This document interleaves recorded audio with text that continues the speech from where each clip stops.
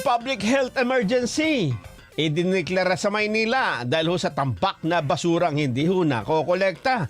Lumitaw na hindi pa nababayaran ang nagdaang opisyal ng lungsod ang nasa 900 million pesos na pagkakautang sa kolektor ng basura. Madeline Villar Moratillo sa detalye.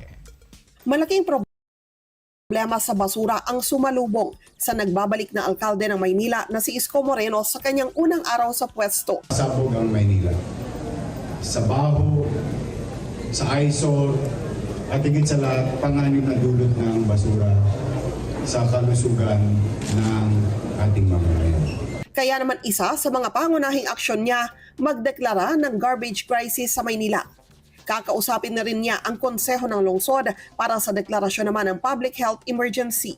Ang mabigat na problema ngayon ay basura. I opted to declare and request the City Council tomorrow, first session day, to declare the state of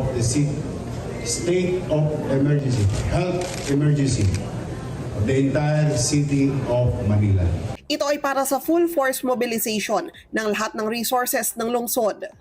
Inatasan ko na ang Departamento ng City Engineering, DPS, NDRRMO, na lahat ng human resources available. Nagsimulang lumala ang problema sa basura sa Maynila pagkatapos ng bagong taon. Hindi kasi nag-renew ng kanilang kontrata ang Lionel Waste Management Corporation para sa pagkolekta ng basura sa Maynila.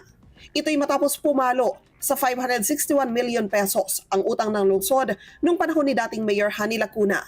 Ang pumalit naman rito na Metro Waste Solid Management Corporation at Phil Ecology Systems Corporation o Phileco.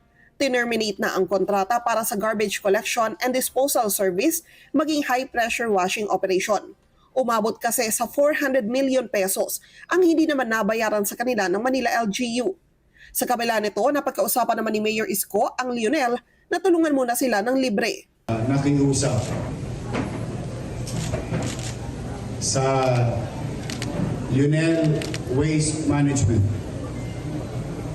to utilize all the resources existing or available to be dedicated in the entire city of Manila. Nasa 2,000 metriko tonelada umano ang basura sa lungsod kada araw. Humingi na rin sila ng tulong sa Metro Manila Development Authority o MMDA sa paghakot ng mga basura. Sabi ni Moreno, papanagutin nila ang mga nasa likod ng paglala ng problema sa basura pero hindi muna ngayon.